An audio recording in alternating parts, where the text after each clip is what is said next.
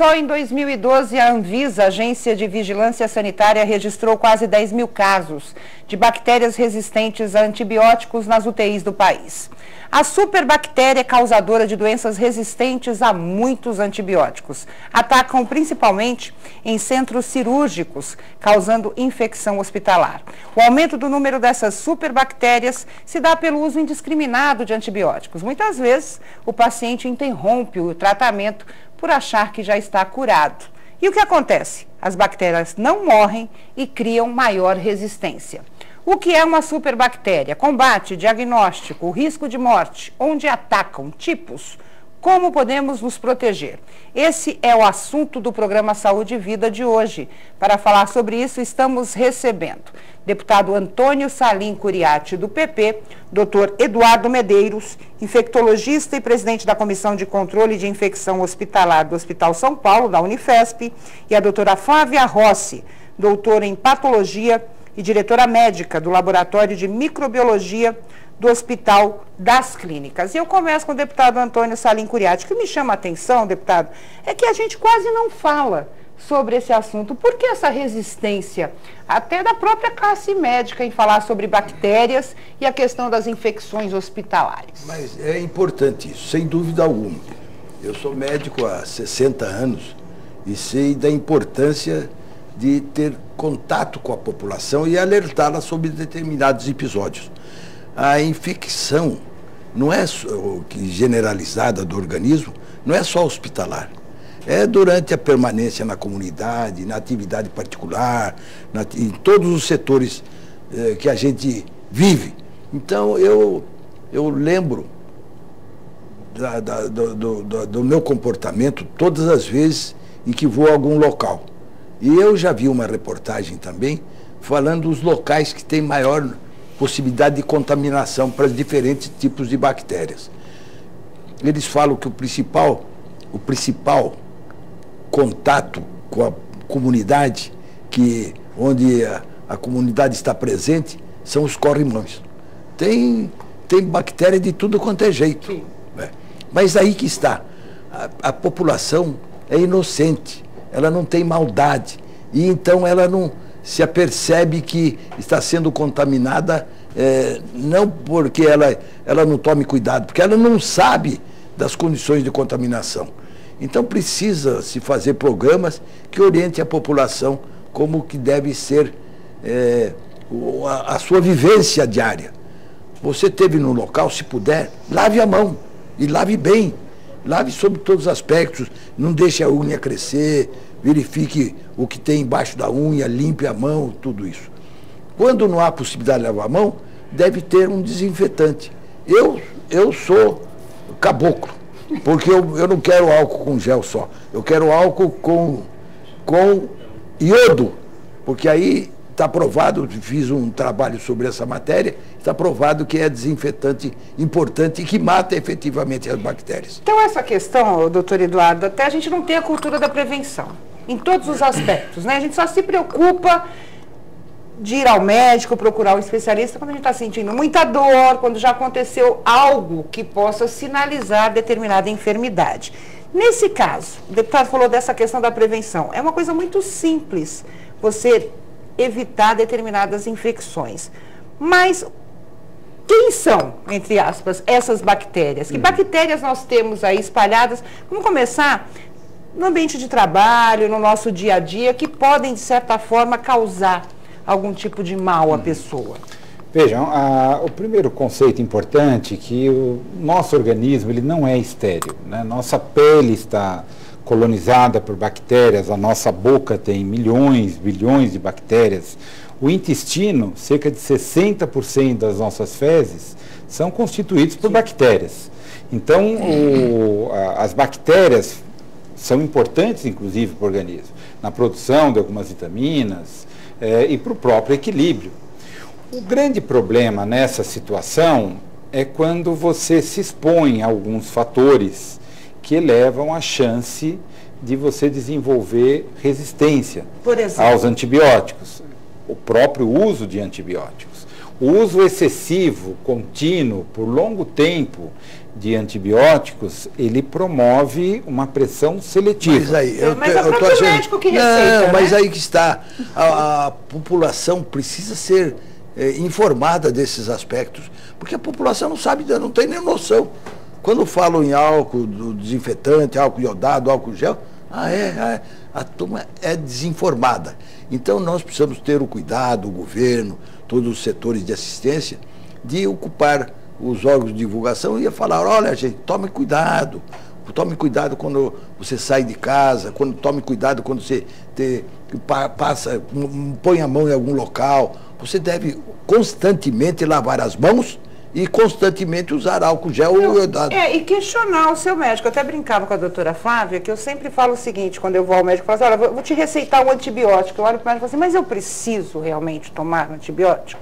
Quer dizer, o próprio médico, que hoje você precisa de receita, antigamente era até mais grave a situação, porque a pessoa se automedicava. Qualquer tipo de processo inflamatório, ia à farmácia e comprava um remédio, um antibiótico. Hoje não, hoje a gente tem que ter a receita médica. Mas essa coisa de eu questionar, e os próprios profissionais acabam gerando, em mim, por exemplo, essa resistência. Em muitos casos, o antibiótico é muito importante. Mas, infelizmente, ainda o uso excessivo e inadequado, isso gera uma pressão seletiva, sim, matando aquelas bactérias que são sensíveis a esses antibióticos e promovendo esse local, na boca, lá no intestino, na própria pele, o crescimento de bactérias resistentes àquele antibiótico que você está tomando e vai ocupando esse espaço. Não existe um vazio ecológico nesse local. Esse local rapidamente é colonizado. Por quem? Por aquelas bactérias resistentes a esse antibiótico. Que sobreviveram. Que sobreviveram. Então, existem muitas campanhas, tanto nacionais como internacionais, da própria Organização Mundial da Saúde. Existem poucas campanhas. Tentando diminuir... No Brasil eu não vejo muito. Diminuir o uso de antibióticos. Então, Ana, eu queria, falando aqui, puxando o gancho, te interrompi, né? Não, imagina. Mas, na verdade, fazendo uma conjunção dos dois comentários, acho que o deputado tem razão de colocar que é um problema multifatorial. Então, não é o problema só do paciente que se contamina, mas também do problema a gente ter ações mais integradas dos médicos, das políticas de saúde e também lembrar do uso de antibióticos fora do ambiente da doença, mas no ambiente veterinário. Então, assim, na verdade, essa resistência, quando a gente fala de superbactéria, as pessoas se preocupam muito com o ambiente hospitalar. Sim. É realmente uma preocupação que a gente deve ter, mas o problema extrapola o ambiente hospitalar. Começa, na verdade, na limpeza adequada, na lavagem de mãos, na proteção. Na prevenção, né, doutora Flávia? Quando o médico prescrever um antibiótico, eu tomar esse antibiótico até o final, não achar que eu estou bem, como algumas pessoas acham que está bem, param. Então, assim, a bactéria, ela aprende muito rápido. E o Eduardo comentou, nós temos muitas bactérias boas. Então, nós temos que manter o equilíbrio das boas e das ruins, que a gente considera são as superbactérias. Na verdade, elas estão se defendendo de um ataque de antibióticos, que vem de água, de alimentos e da própria medicação. A senhora não acha importante que a gente faça constantemente antibiograma para saber qual é o antibiótico adequado para a utilização? Veja, na doença. A gente só porque pode... às vezes usam antibiótico que não serve, não tem ação. Então o antibiograma, de acordo com a doença, é fundamental. São várias as situações. Nas situações hospitalares e nas infecções graves, esse é um dos principais pontos. Se eu não sei meu inimigo, eu vou usar armas que podem ser excessivas ou às vezes deficientes. Então, esse ponto de fazer a cultura, saber quem é esta superbactéria, porque superbactéria é um nome genérico. Então, a gente tem que dar nome e sobrenome, elas são diferentes. Quantos tipos a gente tem hoje, São vários. Podemos ter na comunidade em geral e dentro do hospital. Nós temos o estáfilo, a Escherichia coli, que causa infecções urinárias, a Klebsiella. Então, são inúmeros nomes e sobrenomes, algumas mais na comunidade, outras mais no hospital. Nas infecções graves, isso que o deputado colocou, é importante eu entender quem é o nome, o sobrenome e o antibiograma. Exatamente. O antibiograma vai dirigir a escolha do melhor antibiótico. Isso. Então, dentro dessa campanha geral que o Eduardo estava comentando,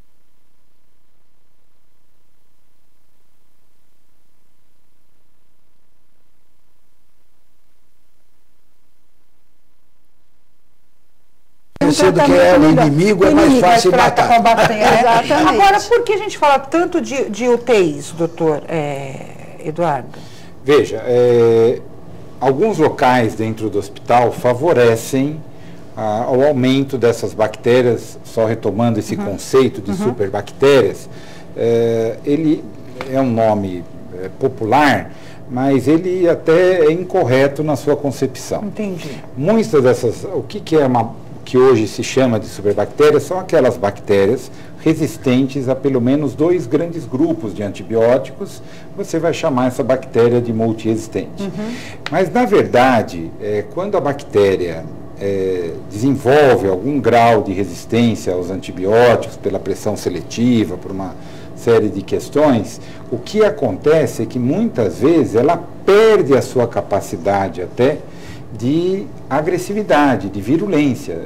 Então, quando a gente pega um paciente que já está numa unidade de terapia intensiva, não consegue respirar sozinho, tá? Já com tubo para que ele possa respirar, está com um catéter venoso central, que é para que você consiga administrar as suas medicações, você rompe a defesa da pele, rompe toda a defesa do trato respiratório e outros procedimentos, muitas vezes passou por uma cirurgia, várias situações. Então, é um paciente já muito debilitado.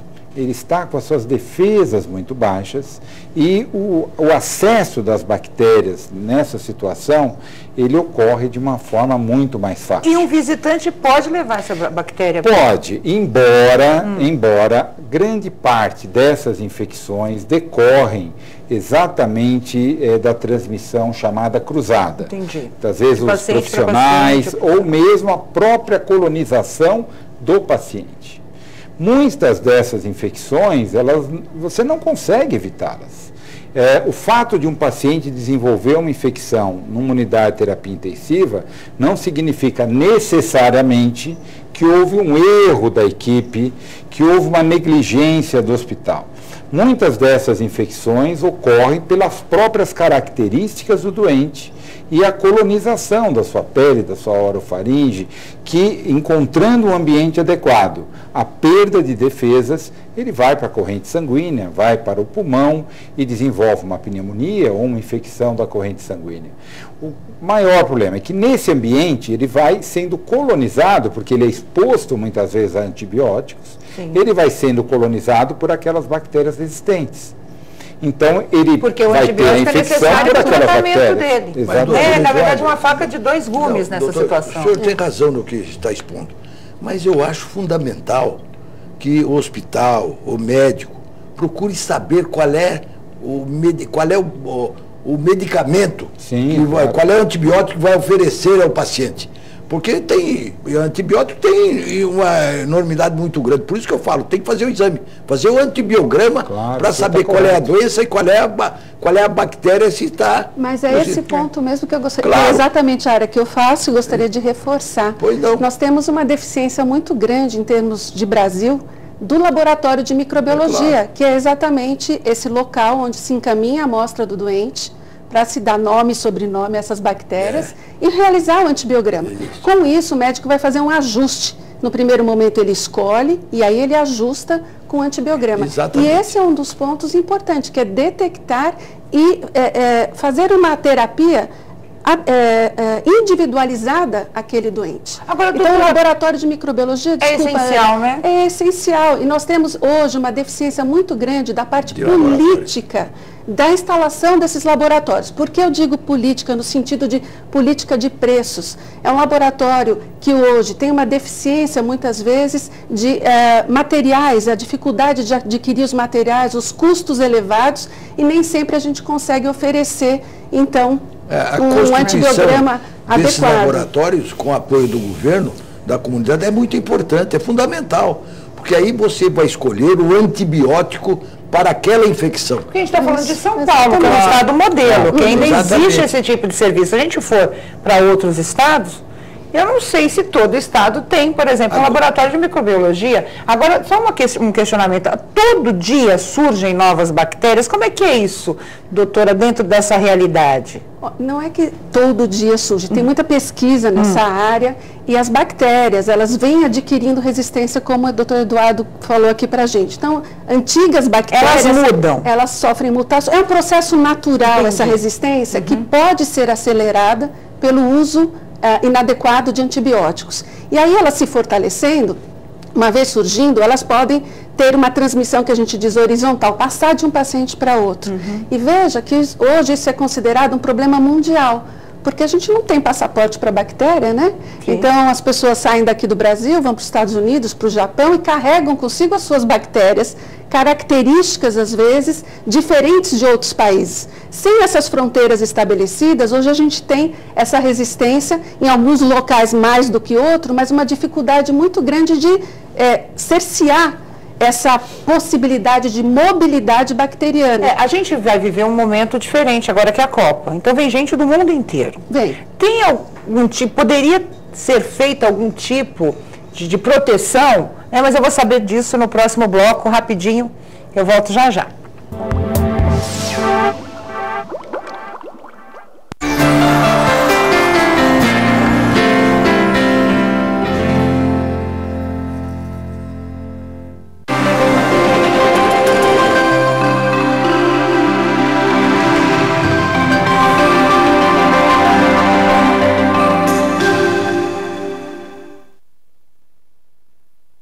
Você sabia que pesquisas mostram que cada pessoa produz 1,5 kg de lixo por dia? Para jogar limpo com as nossas cidades, não podemos jogar este lixo nas ruas. Quem atira papéis, embalagens e outros detritos no chão ajuda a entupir bueiros e bocas de lobo, provocando alagamentos em época de chuvas fortes.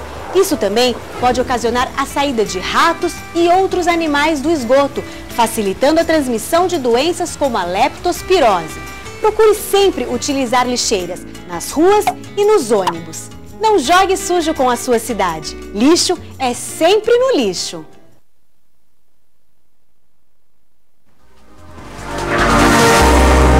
TV Alesp, a TV da cidadania.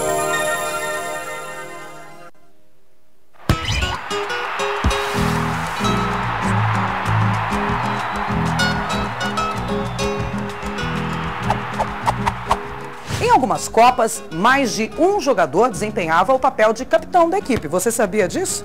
A última vez em que isso aconteceu foi em 1994, quando o Dunga dividia as honras com Jorginho e Raí.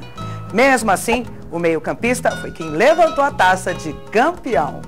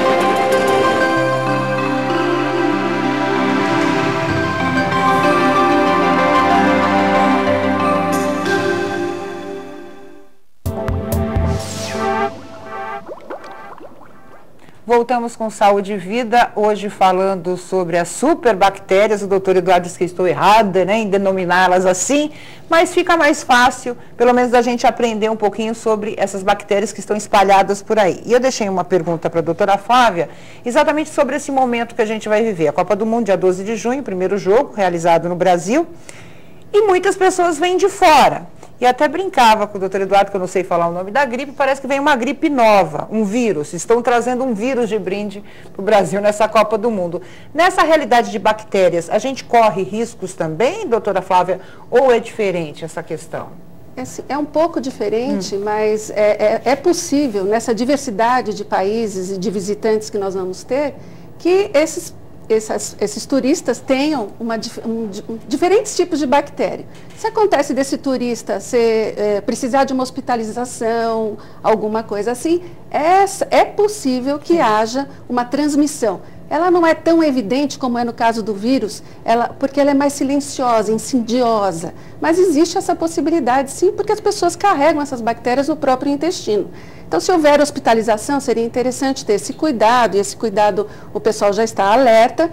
E mesmo recebendo as pessoas de volta, os países também, alguns países dos Estados Unidos já têm um programa para fazer algumas vigilâncias de algumas bactérias, resistências que não são comuns aos países deles. Então, existe a preocupação, mas é muito difícil de você, é pouco palpável. Entendi. Então, nós precisamos de laboratórios rápidos, eficientes, e pode ser que isso demore um pouco mais para aparecer, mas teoricamente é possível sim essa transmissão. Essa ação das bactérias no nosso organismo, elas variam. Por exemplo, posso ter um ataque de uma bactéria e demorar a ter qualquer tipo de sintoma, um sinal, uma febre, ou algum tipo de sintomatologia, doutor Eduardo? Eu não sei como é que funciona. Geralmente essas infecções por essas bactérias que a gente está discutindo nesse momento, elas habitualmente já levam um quadro febril, já levam um comprometimento maior. Já é um ataque imediato. Sim, porque já é um paciente, já é um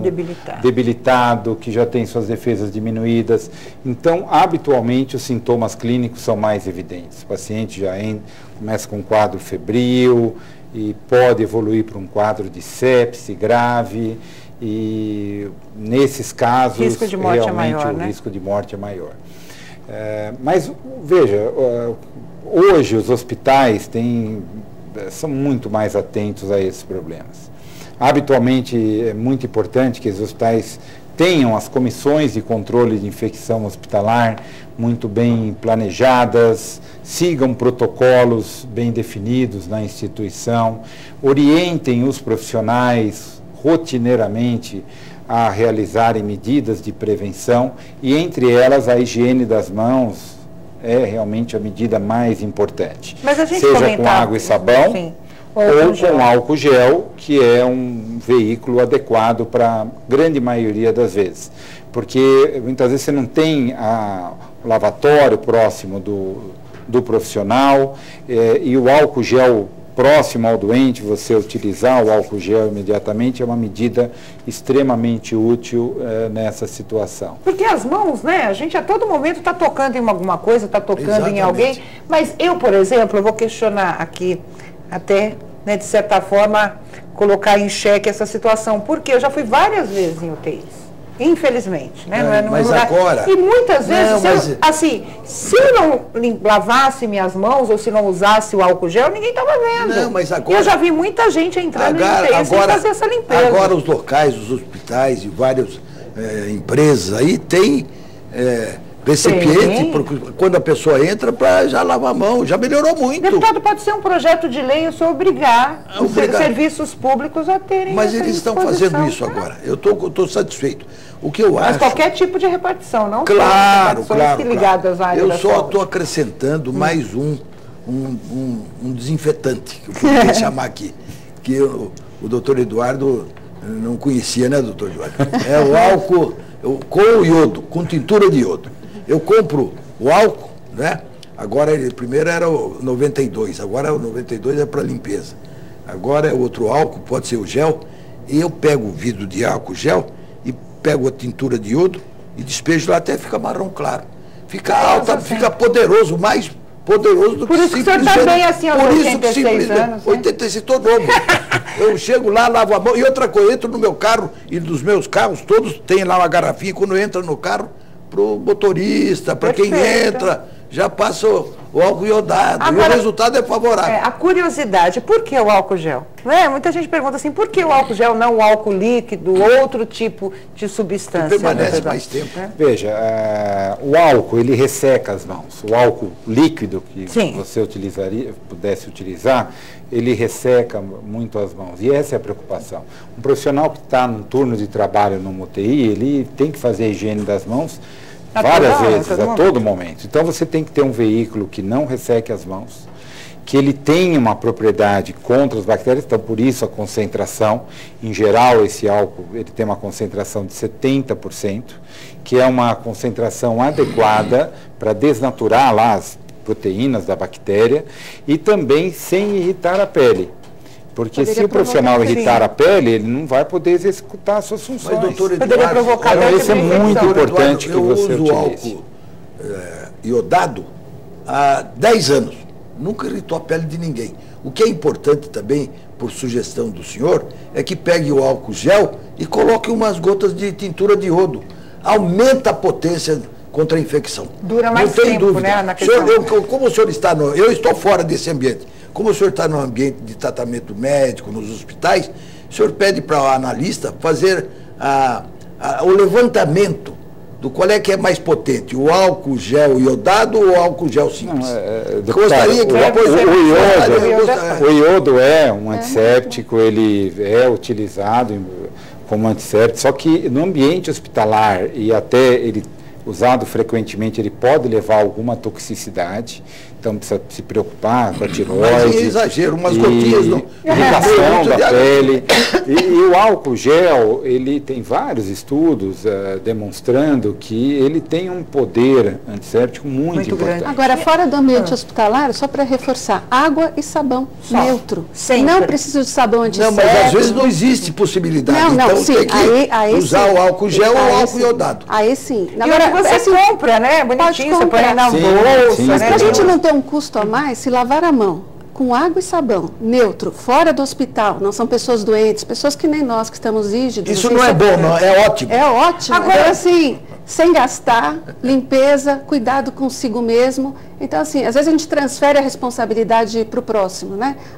Você falou, ninguém pediu para eu lavar a mão. Então, essa consciência que a gente está passando aqui, essa educação, criar, né? cada um lavando suas mãos, tendo uma higiene boa quando chegar em casa, se alimentar, tudo isso. Não usar antibióticos quando eu não tenho necessidade.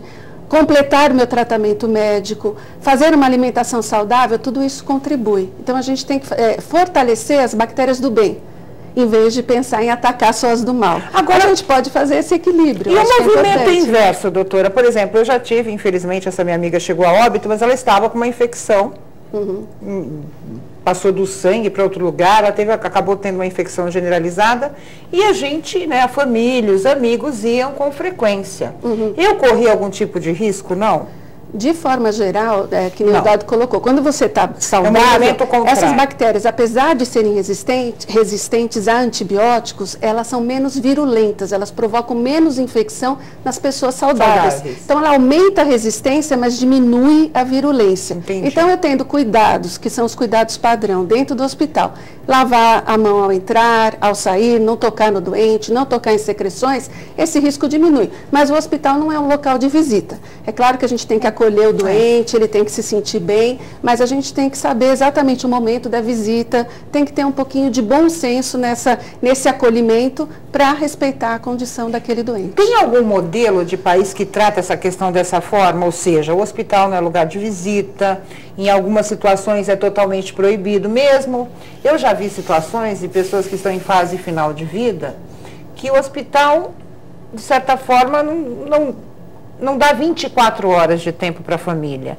Também por causa desses riscos? Hoje em dia, lidar com a morte tem sido cada vez mais difícil, mas tem algumas correntes mostrando da importância do acolhimento, mas aí a gente tem que perceber onde está esse doente. Entendi. Ao acolher o doente, eu também tenho que respeitar... Cuidados paliativos, isso, cuidado paliativo. Eu tenho que respeitar também os doentes que estão do lado. Então, tudo é uma questão de equilíbrio e bom senso. Acho que os dois lados aí, eles são pertinentes, mas a gente tem que saber dosar.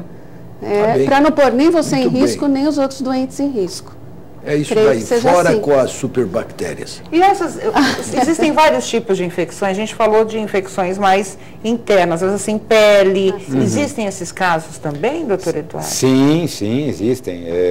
Depende do tipo de bactéria também. Não, e mesmo por bactérias resistentes. Né? Às vezes, você tem um exemplo, nos Estados Unidos...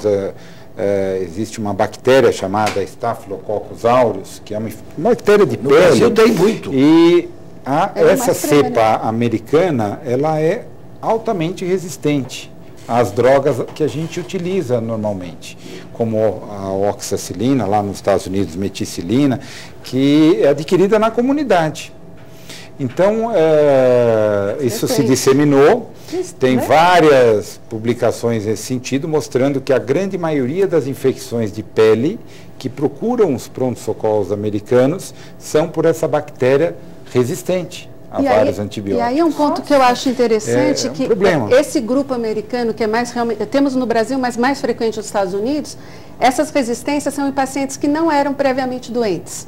Então, em esportistas, em pessoas que não tomaram antibiótico, e esse foi o alerta da Organização Mundial de Saúde em abril, onde ele coloca que a superbactéria estava se deslocando do ambiente hospitalar para o comunitário.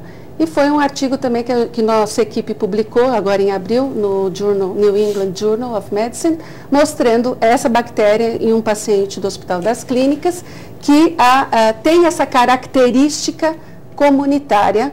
E nós acabamos detectando, foi feita uma pesquisa um pouco mais profunda, mostrando então ser uma linhagem até então inédita no mundo. E isso está dando sequência a outras pesquisas. Mas isso que o Eduardo colocou agora, é importante alertar também, que essa transição para a comunidade, ela é possível e já acontece. Sim. Então, essa preocupação de superbactérias na comunidade foi o alerta no ambiente, né? Na semana passada. Mas por que a gente não tem dados oficiais sobre isso, doutor Eduardo? Eu nunca ouvi falar assim, olha, tantas pessoas morreram por causa da ação de bactérias, ou tantas pessoas tiveram... Não, tem publicação a respeito mas disso. Mas dados oficiais, assim, dados oficiais porque são subnotificados, né? Mas, na verdade, tem uma subnotificação disso. Na verdade, esses dados, eles são locais, regionais, mas você não tem um trabalho nacional que monitore, que faça uma vigilância tanto dessa questão da resistência como de taxas de infecção. Isso não é ruim para os profissionais que trabalham com isso? Seria muito importante nós termos um trabalho de vigilância. Isso requer um investimento em profissionais, em centros que possam trabalhar isso, laboratórios que possam identificar essas bactérias e até avaliar a questão da resistência. Então, realmente, você ter um trabalho contínuo, né? Nós temos excelentes agências de pesquisa, o CNPq, a FAPESP, mas financiam trabalhos individuais nessa situação. Acabou aquele projeto, encerra-se a verba e você não consegue dar andamento ao processo. Precisa ter então, programa, é importante ter um programa. Exatamente. Um cadastro nacional, um programa, né? do Ministério da Saúde, da Agência Nacional de Vigilância Sanitária, que pudesse realmente identificar centros que pudessem realizar esse trabalho, tanto na parte da vigilância como nas taxas de infecção, e que desse continuidade. Existem vários estudos pontuais, nós já periódicos, de vários pontuais. A dificuldade nossa é a continuidade e a geração de indicadores que permitam um acompanhamento. Isso tem sido estimulado pela Organização Mundial de Saúde para que a gente possa fazer, de certa forma, algum tipo de comparação, nem que seja conosco mesmo.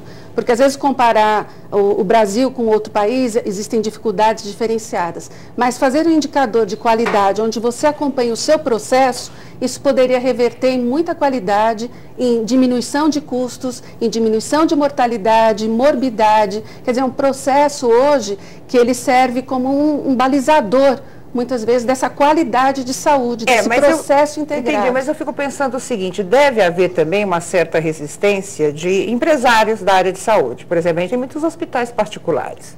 Se você der dados de números de infecções hospitalares por hospital, realmente isso pode ser uma propaganda negativa para aquele hospital, né?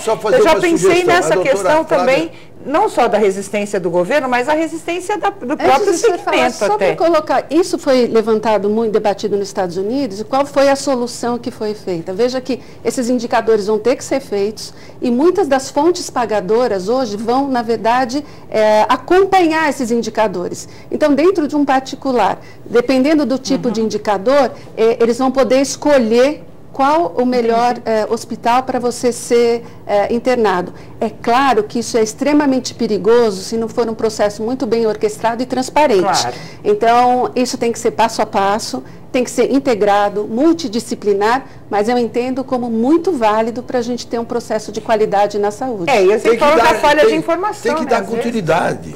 Essa é a palavra. O doutor Eduardo tem razão. Então, o que precisa? Um projeto. E a sugestão, acho que foi sua, doutora Flávia. O Ministério da Saúde que tem que coordenar um programa desse para dar continuidade a essa atividade de pesquisa e de apoio à comunidade, à sociedade, não só a comunidade médica, mas a população. E cabe ressaltar, Ana, eu acho que é muito importante isso, nós temos hoje centros de pesquisa de excelência.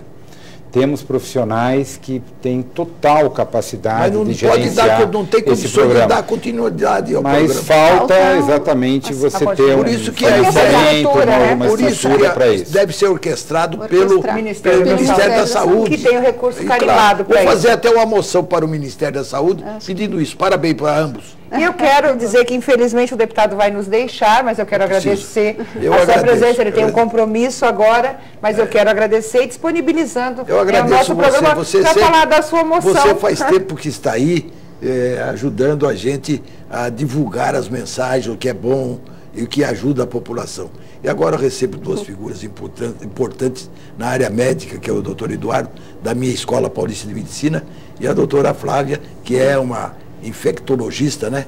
Microbiologista que merece o meu respeito e a minha consideração. Obrigada. Parabéns a todos vocês e que Deus os abençoe. E os nossos ouvintes também, que sejam muito felizes. Saúde! Obrigada, deputado. A gente volta já para continuar falando sobre o assunto superbactérias. Não saia daí.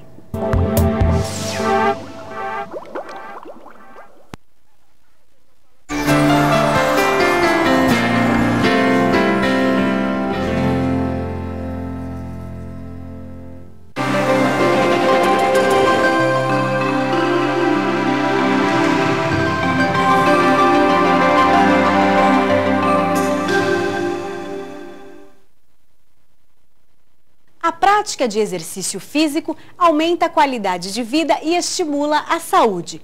Pessoas com o hábito de se exercitar diminuem o risco de doenças vasculares, ganham massa muscular e estimulam o emagrecimento. Quem pretende levar uma vida mais saudável pode começar com exercícios ao ar livre, em parques, praças e centros esportivos. O ideal é aproveitar os momentos mais frescos do dia, antes das 9 e depois das 5 da tarde, evitando o calor.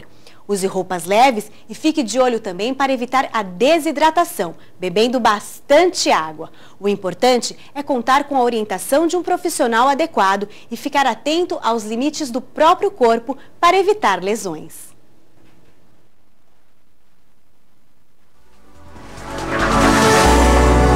TV Alesp, a TV da cidadania.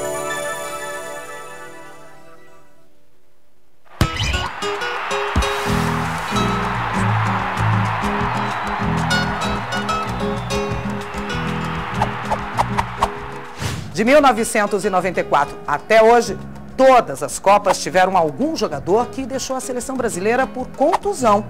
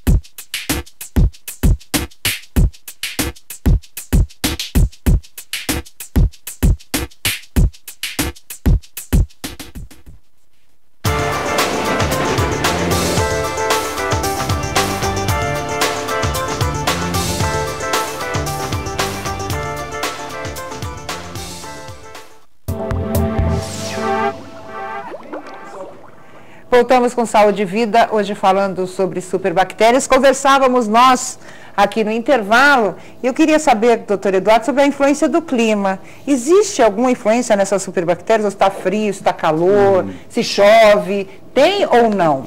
Não, o que acontece é que, somente no período do inverno, com o clima mais frio, você aumenta o aglomerado de pessoas. As pessoas ficam mais juntas e aumenta as infecções virais.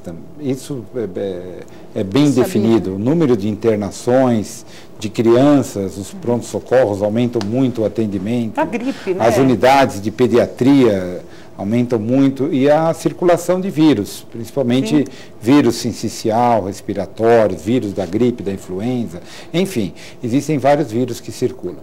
E essas infecções por vírus, elas diminuem a imunidade local, aumenta a quantidade de secreção, favorecem o aparecimento de sinusite, favorecem o aparecimento de pneumonias e, consequentemente, você tem aumento também de infecções bacterianas em consequência a esse processo. O senhor falou de pneumonia, eu já ouvi muita gente falar assim, faleceu do que? De uma pneumonia mal curada.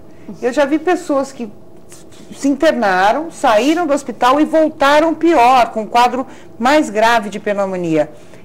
É por causa dessa resistência ao antibiótico, doutor Eduardo? O que acontece com a pneumonia? Muita gente fala, morre de uma pneumonia mal curada. Não, pneumonia é uma das principais causas de hospitalização, principalmente na criança e no idoso, nos extremos de idade. E é uma causa de morte importante também na população geral. Então, esses pacientes que internam com a pneumonia, principalmente se já tem alguma doença prévia, paciente diabético, paciente é um tabagista crônico, tem já doenças de base, essas pneumonias tendem a ser mais graves. E muitas vezes levam o paciente para unidade de terapia intensiva e aumenta o risco de morte em consequência da sua gravidade. Entendi. Agora, no ambiente hospitalar, se ele, como já citei, coloca um tubo na garganta, não consegue respirar adequadamente, precisa de um aparelho para que ele possa respirar, aí você vai diminuir mais as defesas ainda e favorece a chance da chamada pneumonia relacionada a essa ventilação toda, essa situação. Então, aumenta aí a chance de uma pneumonia por bactéria multiresistente. E isso é uma das infecções muito frequentes em unidade de terapia intensiva. As pessoas podem ser atacadas por várias bactérias diferentes ao mesmo tempo, doutora Flávia? Dependendo do sítio, do local da infecção, pode. Eu posso ter uma ruptura intestinal e ter várias bactérias entrando no meu sangue ou na própria pele. De maneira geral, fica mais difícil o tratamento. De maneira geral, elas possuem preferências. Na pele eu tenho mais estáfilo, na urina eu tenho mais coli, mas é possível, sim, diferentes bactérias entrarem em diferentes locais da pele. Nós temos locais no nosso corpo que nós temos bactéria, na boca, nas mucosas em geral. Em outras... Por isso que minha mãe falava na minha adolescência, não beija porque transmite muita bactéria. Beija, tem razão, né? Por isso, meninas, cuidado. Porque hoje é muito comum.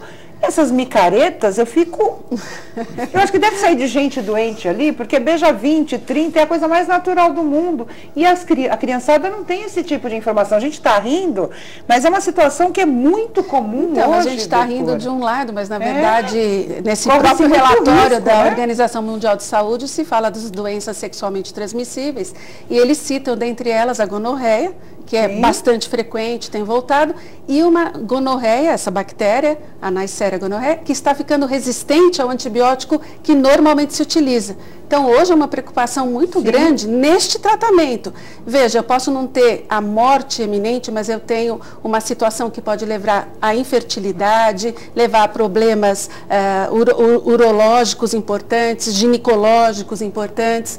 Então, assim, a sua avó não estava de toda errada, né? A gente tem que repensar mesmo a forma geral. A nossa conduta. Então, veja, a própria gonorreia hoje é considerada pela Organização Mundial uma superbactéria em função dessa resistência que está adquirindo.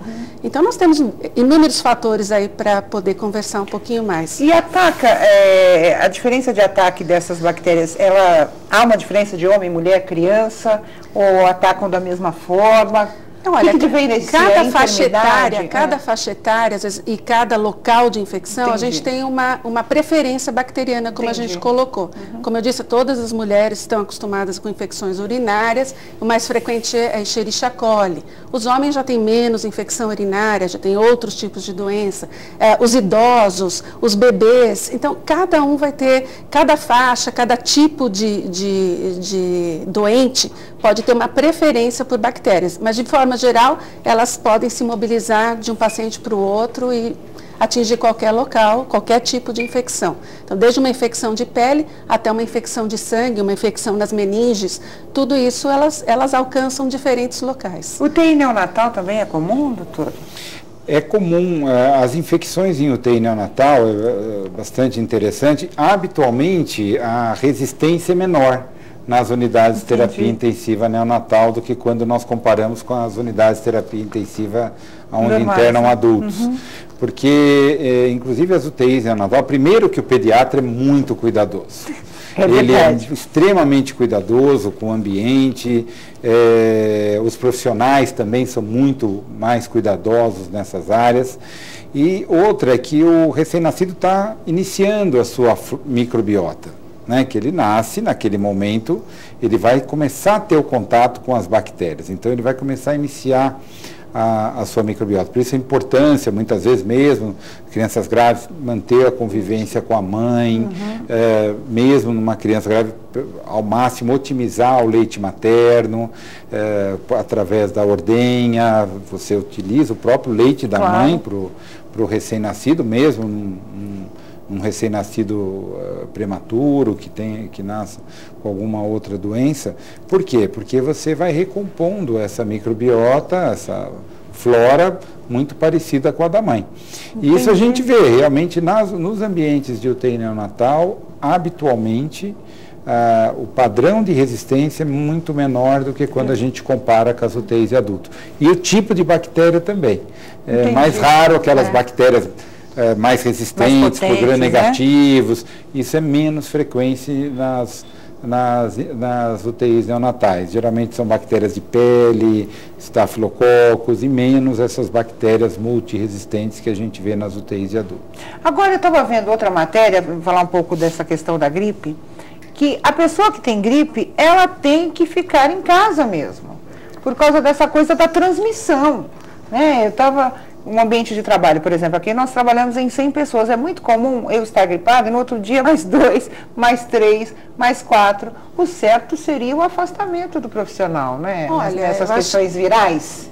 Tudo vai depender de como o seu estado geral. É claro que o repouso é sempre importante, mas tem também como eu conviver de uma forma mais higiênica, no sentido de saber que eu não vou tossir sem uma proteção, lavar mais as minhas mãos, não ficar em ambientes muito congestionados, porque também temos que continuar nosso movimento de trabalho. Porque o empregador muitas vezes fala uma gripinha. Tem que ter o bom senso, né? Eu acho que aí cabe muito bom senso, né? E dependendo do estado geral, vou precisar de repouso mesmo, mas dependendo do estado, eu consigo trabalhar, consigo me locomover, mas vamos tomar as precauções adequadas. Beber muita água.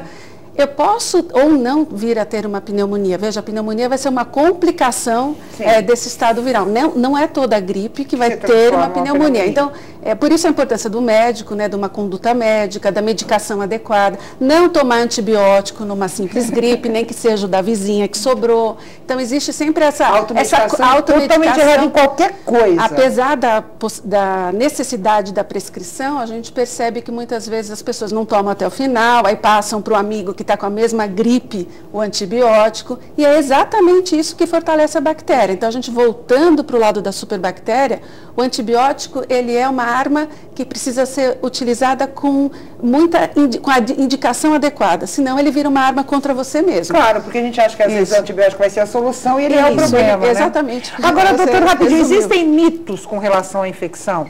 Se as pessoas criam muitos mitos, essa coisa que eu disse até, olha, a pessoa entrou na UTI sem lavar a mão, vai ter um problema de levar algum tipo de bactéria para o paciente que está lá. Existem mitos? Não, existem, claro. Qual que é o mais comum? Não, o mais comum é o médico não ter a percepção, os profissionais de saúde, de forma geral, não ter a percepção, porque como a bactéria não é visível ao olho nu, né, você se semmelweis, isso daí não é recente, isso desde do tempo lá de Semmelweis, há muitos anos, é que o médico se sente, assim como outros profissionais, muitas vezes, de que ele não carregue essas bactérias. Ele não tem esse entendimento no dia a dia de trabalho. Esse talvez seja um dos maiores problemas, uma das maiores preocupações das entidades, é que realmente os profissionais tenham esse cuidado ao examinar um paciente, ao cuidar de um paciente, prestar assistência a esse paciente, que ele faça a sua higiene das mãos, seja com água e sabão, seja com um álcool gel, na beira do leito, porque realmente essas são as medidas fundamentais na prevenção de infecção. Eu quero dizer que, infelizmente, nosso tempo chegou ao fim. Eu tenho alguns minutinhos para as considerações finais. A gente falava de conduta, doutora Flávia. Que outras condutas, né, eu posso evitar? A gente falou do beijo, né, do beijo múltiplo.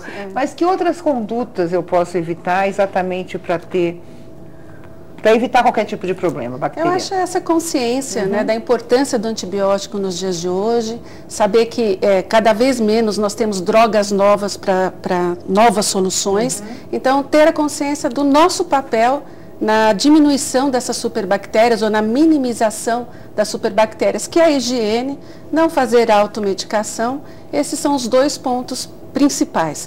Dentro do hospital, a importância de eu detectar essas bactérias com culturas em laboratórios de microbiologia adequada e utilizar o antibiótico que for mais adequado àquele paciente.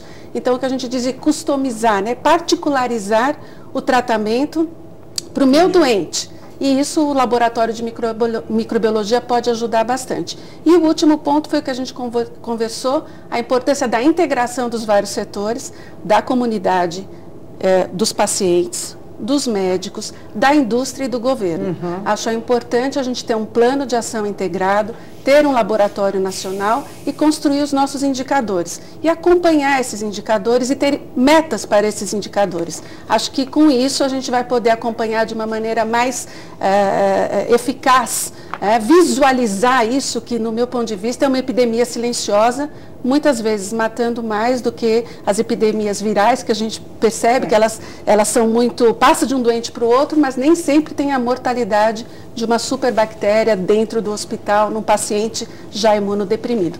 Deixaria esse resumo como sugestão para a gente trabalhar em conjunto. Muito obrigada. E lembrar que muitas vezes, infelizmente, no país como o nosso, né, doutor Eduardo, as indústrias farmacêuticas ainda pensam mais na doença do que na saúde. Então, a gente tem que ter um papel, assim, muito importante, até de cobrar a indústria participar desse processo, né, de não tomar medicamentos sem a necessidade. Tomar essa consciência, eu acho que é o ponto mais difícil quando a gente fala na indústria de remédios no Brasil. Mas sabe que eu queria só o último minutinho roubando talvez do Eduardo, mas eu acho que a indústria tem um papel também que agrega. E nós é que temos que saber o que a gente compra. Então, assim, também a indústria traz novos medicamentos, novas possibilidades. Então, eu acho que é importante essa integração, que a indústria também esteja junto neste grupo que a gente sugeriu aqui no começo, porque vai ser importante novos medicamentos. E que ela informe, né? E hoje a gente está passando por um problema sério mundial com relação à questão da indústria, porque a indústria está desestimulando a pesquisa com antibióticos. Ela praticamente não temos novos antibióticos eficientes para essas bactérias multiresistentes. A pesquisa diminuiu muito nesse sentido. E hoje a indústria prefere o investimento com drogas de uso crônico, disfunção erétil, diabetes, e cada vez menos com antibiótico. Então, realmente, o papel das entidades governamentais realmente é fundamental para que a gente aumente a pesquisa no uso de antibióticos. Eu quero mais uma vez agradecer a doutora Flávia, doutor Eduardo, quero agradecer a você, o Saúde e Vida vai ficando por aqui, nós temos um encontro no próximo programa, um grande abraço e até mais.